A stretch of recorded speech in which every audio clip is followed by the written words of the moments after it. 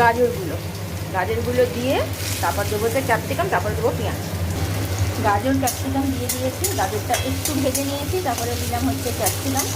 এবার দেবো পেঁয়াজ, কারণ এগুলো বেশি ভাজার দরকার নেই, কারণ এটা একটু মানে কাঁচা কাঁচাই থাকলে খেতে ভালো লাগে গ্রেভি চাউমিনের জন্য। তো সেই জন্য এই লম্বা লম্বা করেই যেহেতু ওরা দিয়েছে, আগের যেখান থেকে নিয়ে এসেছি, সেই জন্য লম্বা করেই কেটেছি। চলুন এবার পেঁয়াজগুলো দিয়ে দিই। নুন আর আদা রসুনের পেস্ট দিয়ে দিয়েছি, আর কাঁচা লঙ্কাও দিয়ে দিয়েছি। এবার এটাতে ভিনিগার দেবো, দিয়ে সামান্য জল দিয়ে তারপরে গ্রেভিগুলো আছে সব দিয়ে দেবো, তাহলে হয়ে যাবে।